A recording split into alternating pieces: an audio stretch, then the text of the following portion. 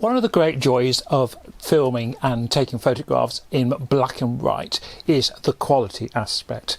One of the reasons I think photographers choose black and white is that if you have a really good photo in black and white, you can get extremely good quality.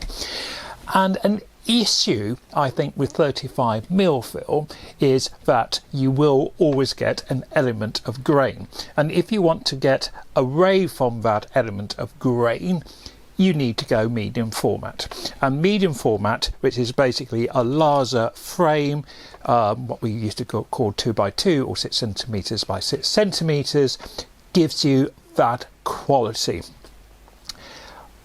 In the 20s to 50s, the majority of cameras were actually what we would call medium format. And then in the 60s, 70s, 80s, medium format was basically reserved for professionals. And nowadays, a lot of people, if they want to go medium format, will look at the high-end quality cameras, which are super, like the Bronicas, Hasselblads, Mamias. But there's a lot of other cameras out there which can take fantastic photos, and I'm going to talk about this one today. This is a Agfa Record of 1952. They made them between 1952 and 1954.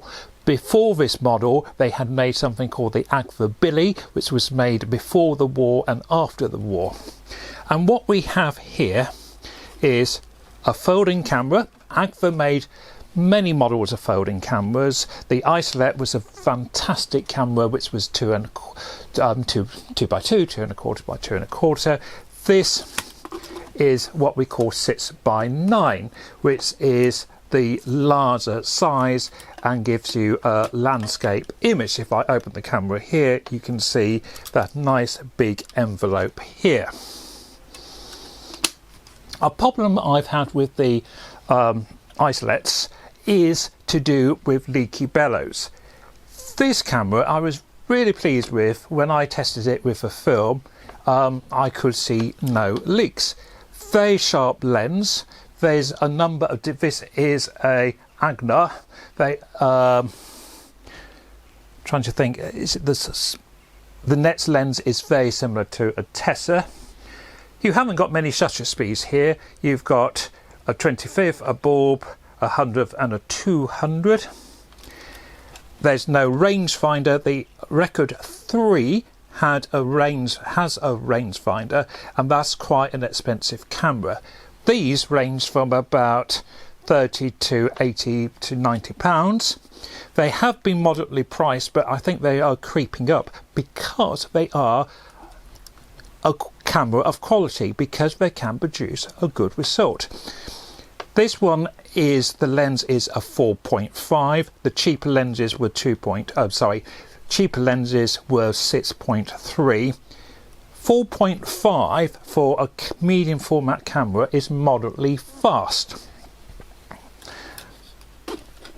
To use, you basically have to obviously focus by estimate, or we could use a rangefinder which you can clip on, but the camera has no rangefinder. So you'll take your focus point, aperture, again take an estimated guess, or use a meter. There is on the camera a little red dot which is useful as a average. But if I was in this room, which has some light from the window, I might go to 4.5 on a 25th of a second. To set the shutter, you simply bring the spring over here and click.